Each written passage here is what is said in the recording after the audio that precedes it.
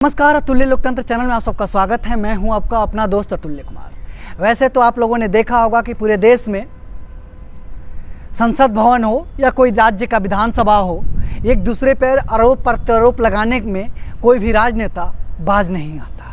एक दूसरे को गले लगाने में भी ये लोग बाज नहीं आते और समय नहीं लगता, और एक दूसरे को नंगा करने में भी समय नहीं लगता और बाज नहीं आते, क्योंकि सत्ता की लोभी साहब ऐसी है। सत्ता की हवस और सत्ता की भूख मिटाने के लिए ये राजनेता अपने ईमान धर्म को राजनीति में आने से पहले दाह संस्कार उसका कर देते हैं और उनका मोरल वैल्यू ख़त्म कर देते हैं। तभी तो आम जनता को मुंगेरी लाल के हसीन सपने जैसा सपना दिखाते हैं, फिर उसी सपने को कत्लेआम कर देते हैं, और इसी सपने को कत्लेआम करने के बाद सर पे ताज लेके घूमते हैं, और उस ताज पे 3-4 आम जनता के सपनों का कत्ल करने के खून के छींटे होते हैं, जिसको ये लोग ताज कहते हैं, स्टार कहते हैं, और बड़े चाव से अपनी कहानी और अपने आप को समाज में प्रदर्शित भी करते हैं। मैं हमेशा से कहा है और कहता भी हूँ कि बिहार वो राज्य है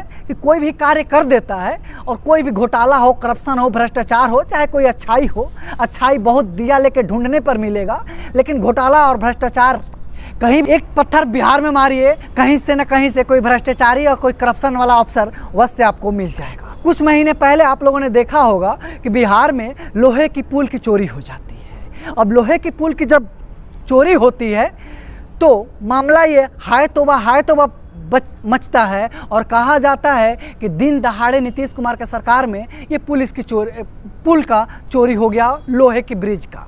तो मैं कहना चाहूँगा कि नीतीश कुमार को मोतियाबिंद हो चुका था। वैसे मोतियाबिंद तो रात में नहीं दिखता, लेकिन इनको दिनौनी ही हो चुका था, और दिन में दिनौनी होने के कारण नीतीश कुमार और नीतीश कुमार के प्रशासन को जो ये लोहे की ब्रिज चोरी हुई उसका पता नहीं चला। लेकिन जैसा कि मैंने बताया कि बिहार वो काम में कर देता है, और उसके बाद पूरे देश और पूरा भारत का राज्य उसी नक्शे कदम पर चलने लगता है। अब हाल फिलहाल का ये समाचार आया और ये न्यूज़ आई कि महाराष्ट्र में लोहे के ब्रिज की चोरी हो गई। अब इसी बात से अंदाज़ा लगा सकते हैं कि खरबूजे को देख के खरबूजा रंग बदलता है। लेकिन कहीं महाराष्ट्र में पुल की चोरी होती है, कोई देश को गिरवी रखने की कोशिश करता है, कोई बिहार की आम जनता और देश की आम जनता का सपनों को बेचने की कोशिश करता है। हर कोई बेच रहा है, और आम जनता धर्म और जाति में इस तरह से बंट चुकी है कि उसको लगता है कि अरे ये तो इस चीज़ का बेचा जा रहा है, ये तो उस समुदाय के लिए बेचा जा रहा है, इस धर्म के लोगों के लिए बेचा जा रहा है, हम बड़े चाव से खरीदते हैं। ये ठीक उसी बात से है कि जो राजनेता हैं वो ढोलक बनाते हैं, और ढोलक पे जो चमड़ा लग रहा है वो हमारे आम जनता का चमड़ा है, और हमारे जाति समुदाय में इस तरह से बांट दिया गया है कि हमें आम जनता को ये लगता है कि ये तो जो चमड़ा चढ़ा है ये किसी दूसरे जाति धर्म के लोगों का है, इस पे ताल दिया जाता है और दूसरे जाति धर्म के लोगों का है, इसलिए मैं बहुत अच्छी तरह से उसमें नाचता हूँ, मज़ा लेता हूँ। लेकिन जब ढोलक वो फट जाता है, चमड़ा वो फट जाता है, तो फिर अगला निशाना मैं ही हो जाता हूँ, और मेरा ही खाल उधड़वा के उस ढोलक पे चढ़ाया जाता है, और फिर ताल दिया जाता है, और फिर किसी दूसरे जाति धर्म के लोग उस पे नाचते हैं। यही प्रथा चलती रहती है, और इसी तरह से आम जनता का शोषण किया जाता है। खैर, ये तो आप लोगों ने देखा कि राजनेता किस तरह से एक दूसरे पे आरोप प्रत्यारोप लगा के और एक दूसरे को गाली गलौज दे के आम जनता के साथ कैसे खेलते हैं, और आम जनता को किस तरह से बरगलाया जाता है। लेकिन बिहार हमेशा से पूरे देश को और भारत के राज्यों को शिक्षा देता है कि आम जनता के साथ कैसे खेलें, बिना कार्य किए हुए 5 साल सत्ता में कैसे काबिज रहें। उसी नक्शे पे कदम चलते हुए अब की बार बिहार के मंत्री और अफसर के बीच में ठन गई है, और जो ठन गई है ये मंत्रालय है शिक्षा विभाग का। वैसे तो जब से ये शिक्षा विभाग में जो नए मंत्री बने हैं चंद्रशेखर जी, ये अभी पिछले 7 या 8 महीनों से शिक्षा मंत्री के पद पे काबिज हैं। लेकिन जब से इस मंत्री पे काबिज हैं, काम करने के बजाय ये अपने अतरंगी बयानों के लिए जाने जाते हैं।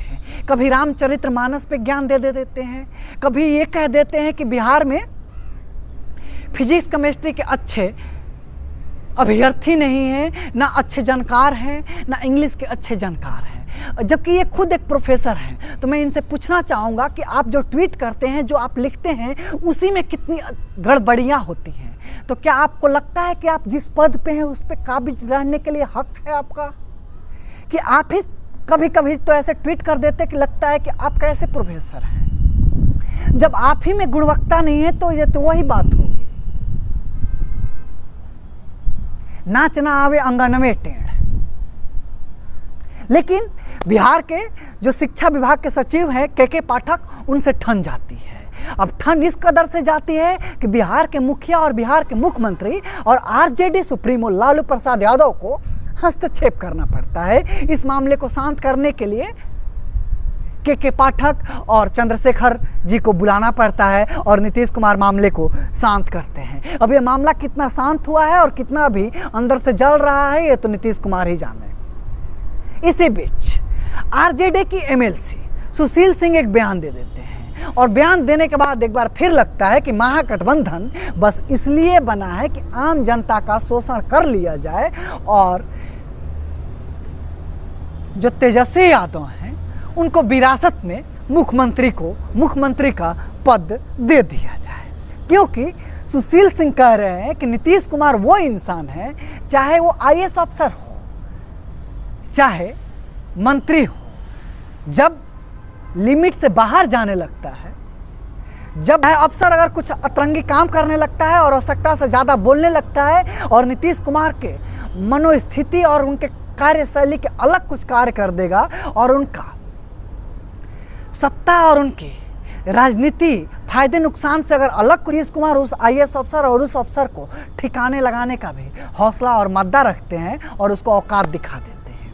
और चाहे आईएएस अफसर हो चाहे मंत्री हो, नीतीश कुमार किसी को भी ठिकाने लगाने में कोई कोर कसर नहीं करते हैं। मंत्रियों को होश में लाने के लिए और उनको औकात दिखाने के लिए नीतीश कुमार हमेशा से आईएएस अफसर का उपयोग करते हैं। और के पाठक, आप लोगों को बता दूं कि भारत के टॉप 100 प्रभावशाली ब्यूरोक्रेट्स के रूप में जाने जाते हैं। के पाठक अपने अतरंगी कार्यों के लिए भी जाने जाते हैं। 1996 में गोपालगंज में साधु यादव जो लालू प्रसाद यादव के साले हैं, उनके फंड से हॉस्पिटल बन रहा था। उस हॉस्पिटल का उद्घाटन एक सफाई कर्मचारी से करा देते हैं और रातों रात सुर्खियों में आ जाते हैं। के पाठक वो इंसान हैं कि जिस विभाग में जाते हैं उस विभाग को सुधार पूरा तो नहीं कर पाते हैं, लेकिन उस पर विभाग को हाईलाइट वश से करा देते हैं।